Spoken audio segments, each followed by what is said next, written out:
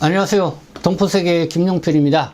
네, 오늘은 3월 8일, 이 여성의 날이기도 하고요. 이 국제 부녀절이기도 하죠.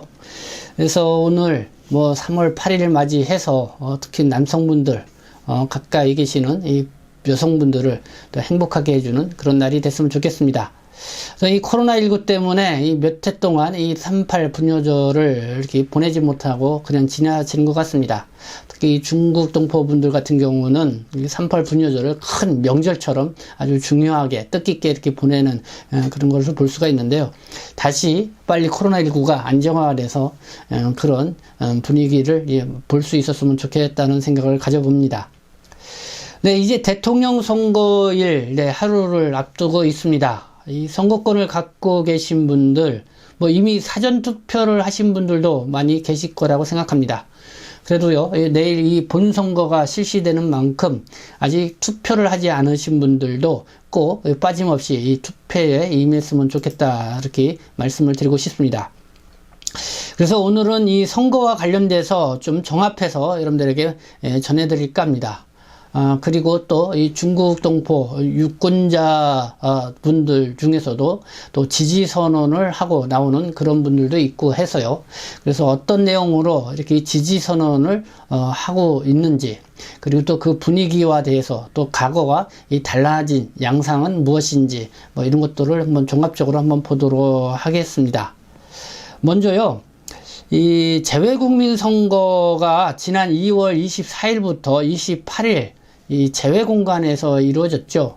이 재외국민선거는 재외동포가 이 750만 명이라고 하면은요, 그 중에 한국 국적을 갖고 있으면서 해외 거주하고 있는 재외국민이 한 50만 명 정도가 됩니다. 그 중에서 한 10분의 1 정도 가까이가 되는 22만여 명 정도가 이번 대선에 투표를 하겠다고 사전 등록을 했습니다. 과거에 비해 때는 좀 다소 줄어든 숫자이긴 하지만요. 그래도 22만 명 정도가 한다고 했는데, 16만 1878명이 해서 사전 등록을 한 유권자 중에 한 71.6%가 이번에 투표에 임했다. 이런 소식을 먼저 전해드리고요. 그리고 지난 3월 4일 상하이 저널이요, 중국에서 재국민 선거에 임하고 있는 중국 교민들의 표정을 또 이렇게 사진과 함께 게재를 해서 관심을 끌었습니다. 네, 중국은 제로 코로나, 위드 코로나, 제로 코로나, 이것 때문에 코로나에 대해서 상당히 엄중한 그런 상황이죠. 그럼에도 불구하고 중국에 거주하고 있는 이 중국, 한국 교민들이요, 이 선거에 아주 적극적으로 참여하는 모습을 볼 수가 있습니다. 이 상하이 저널 보도에 의하면은요, 이 상하이 지역이 6,281명으로 가장 많이 이 투표에 임했다고 합니다. 그리고 북경 지역은 3,788명, 청도는 1,046명이 이 투표에 임했다고 합니다. 이 상하이 지역, 이렇게 투표 장면을 보니까요, 이 방호복을 입고, 이렇게 투표에 임하는 그런 모습을 사진이 이렇게 실려서, 이렇게 투표에 대한 열기, 상당히 또 감동을 불러일으켰다고 하면서 이 상하이 저널이 보도하는 것을 볼 수가 있었습니다. 네, 그런 내용이 있었고요. 그리고 여러분들이 관심을 가질 겁니다. 국내에 있는 중국 동포 출신 중에서 한국 국적을 갖게 되고, 그래서 투표권을 갖고 있는 유권자 수가 얼마나 될 것이냐. 네, 제가 봤을 때는 행안부의 발표 자료라든가 이거를 봤을 때는 중국 동포 유권자는 한 9만 명 정도, 그리고 중국 동포는 아니고 이 중국인, 그냥 국적에서 한국 국적으로 옮긴 유권자들은 한 4만 명 정도, 그러면 한 13만 명 정도가 되지 않을까, 이렇게 생각을 하게 됩니다. 그렇기 때문에 국내 중국 동포 유권자가 어느 곳은 15만 명, 어떤 때 30만 명 이렇게 얘기들을 하게 되는데요. 물론 지방선거 할 때는 영주권자들도 참여를 할 수 있죠. 영주권자가 한 11만 명 넘게 나오니까요. 그러니까 한국 국적을 취득한 유권자와 영주권자를 합하게 되면은 줄곧 한 25만에서 30만 명까지 이렇게 추정해 볼 수는 있겠죠. 그래서 그 정도의 이 유권자군을 이루고 있다는 것이고요. 그리고 이 중국 동포들은 어느 정도 이 조선족 해가지고 한국계 중국인 해가지고 별도로 통계가 이렇게 잡히지만은 이 고려인 동포들 같은 경우는 별도로 이 통계가 잡히지가 않습니다. 왜냐하면 고려인 동포들은 뭐 러시아, 우즈베키스탄, 키르기스탄, 뭐 우크라이나 뭐 이런 나라로 이렇게 산재해 있기 때문에 이 국적별로 이렇게 구분되어 있고 고려인으로 이렇게 특정돼 가지고 이렇게 통계가 나와 있지는 않습니다. 그러나 국내에 체류하고 있는 이 고려인 동포들도 늘어나고 있기 때문에요. 그래서 이 출입국이나 뭐 행정안전부 이런 데서도 이 고려인 동포에 대한 별도의 이 통계를 이제는 이렇게 잡아야 되지 않나 이런 생각이 듭니다. 네, 이번 20대 대통령 선거 기간, 네, 중국 동포 분들에게도 상당히 관심을 가졌다. 뭐, 유권자건 유권자가 아니거네. 그건 아마, 여야 후보 간에 뭐, 극명한 이 차이점을 드러내는 부분도 있었고, 그리고 또 이번 대선 기간에 뭐, 북경 동계 올림픽 기간이라든가, 또 여러 가지 또 중국과 관련된 한중 관계의 이런 이슈들이 주요하게 거론이 됐기 때문에, 과연 어떤 후보가 그래도 이 중국과 이 중국 동포들에게 좀 유익하고 유리한 그런 이야기들을 하고 이 정책 방향을 잡을 것인가 하는 데에 관심도가 높지 않았나 생각합니다. 그래서 이 어느 때보다도 이렇게 이 대선에 대한 이 관심도가 컸다. 그러면서 이 중국 동포 유권자들도 뭐 이재명 후보를 지지하는 거 나온 사람들도 있었고 윤석열 후보를 지지하고 나온 사람들도 있습니다. 그래서 어떤 취지에 의해서 이 지지를 했는지 한번 내용을 보도록 하겠습니다. 먼저요, 이런 생각은 듭니다. 이재명 더불어민주당 후보에 대한 호감도가 윤석열 국민의힘 후보 호감도보다는 다소 좀 높지 않겠냐. 그거는 전통적으로 뭐 노무현 대통령 때서부터 쭉 이어져 온 이 민주당에 대한 어떤 동포들 사회에 대한 그래도 동포들을 더 이렇게 위한 정책을 냈다라는 그런 이미지가 있기 때문에 그렇겠죠. 그러나 이번에 언론 뉴스를 보니까요, 윤석열 후보를 지지했다는 그 뉴스가 더 많이 뉴스 보도를 탔다는 걸 볼 수가 있습니다. 그래서 이 윤석열 후보를 지지하고 나온 이 중국 동포 유권자들의 그 내용부터 한번 뉴스에 나온 내용을 토대로 해서 한번 보도록 하겠습니다. 네, 유시스가 3월 2일 보도를 했습니다. 중국 기한동포 각계 대표 윤석열 지지선언. 내용을 보면은요, 각계 이 제한 동포 단체 대표들은 2일 오후 국민의힘 중앙당사 3층 강당에서 중국 기한동포 윤석열 후보 지지선언 행사를 개최했다. 이 자리에는 국민의힘 사선 중진 윤상현 의원과 중앙선대본부 산하 직능총괄본부 정용 상임본부장도 참석했다. 이 자리에서 이 제한 중국 동포 단체 대표들은 그동안의 대중정책과 이 동포 정책은 결국 동포 사회에 대한 각종 차별 및 중국에 대한 굴종적 관계 등을 유발하며 총체적 실패로 끝났다. 앞으로 새로운 대중관계와 제한 동포들의 발전을 이루기 위해서는 반드시 정권교체가 필요하다.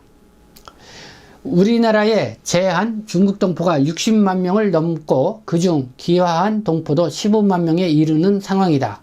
제한 중국 동포들이 현 정권의 대중 외교 정책을 비판하며 윤 후보 지지를 선언한 것은 시사하는 바가 크다는 지적이 나온다 하고 이 유시스가 3월 2일 보도한 내용입니다.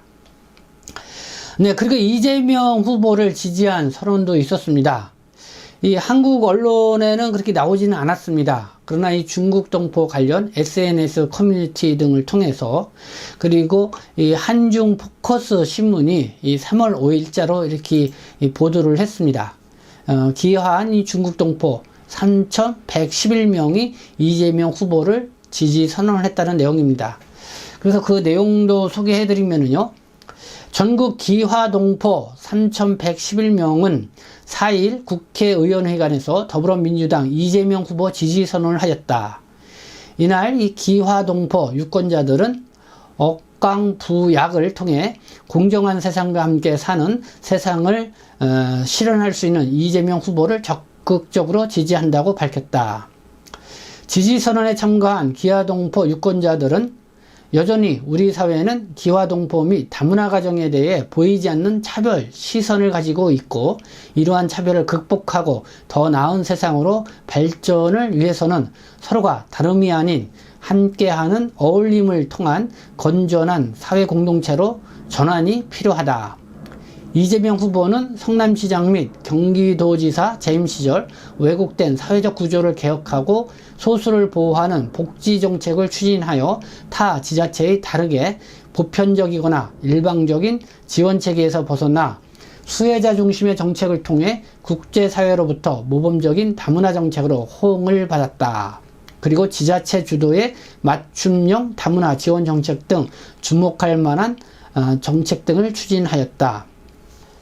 네, 제가 윤석열 후보 지지 내용, 그리고 이재명 후보의 지지 내용을 여러분들에게 말씀을 드렸습니다. 근데 이번 대선에서는요, 이 중국 동포 출신 이 기아 유권자들의 모습이 과거와는 좀 달라지는 그런 모습을 보이고 있지 않나 생각이 듭니다.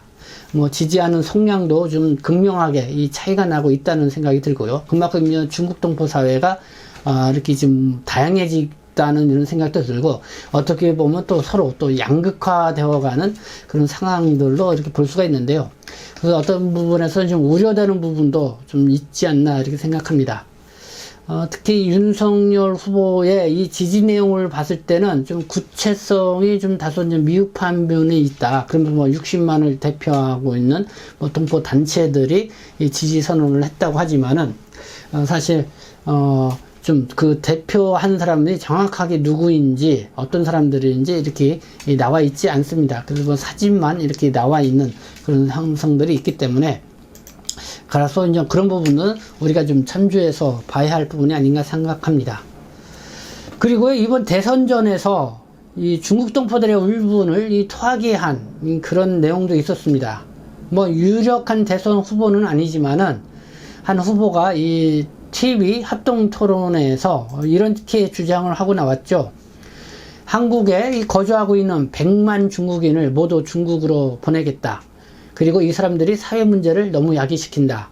중국인들이 보유하고 있는 일자리와 주택을 우리 청년들과 국민에게 돌려드리겠다. 국내 의료보험 사용도 전면 금지하겠다 등 아주 이 원색적인 이 막말에 가까운 이런 이야기를 한 후보도 있었습니다.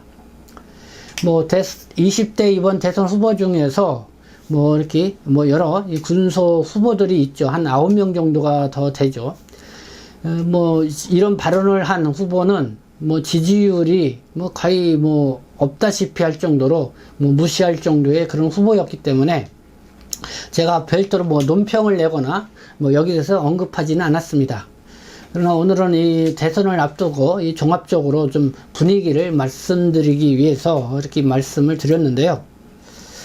어쨌든 내일 앞으로 이 다가온 20대 대통령 선거, 이 투표권을 갖고 계신 분들은 꼭 투표를 해 주십사 하는 말씀을 드리고 싶고요.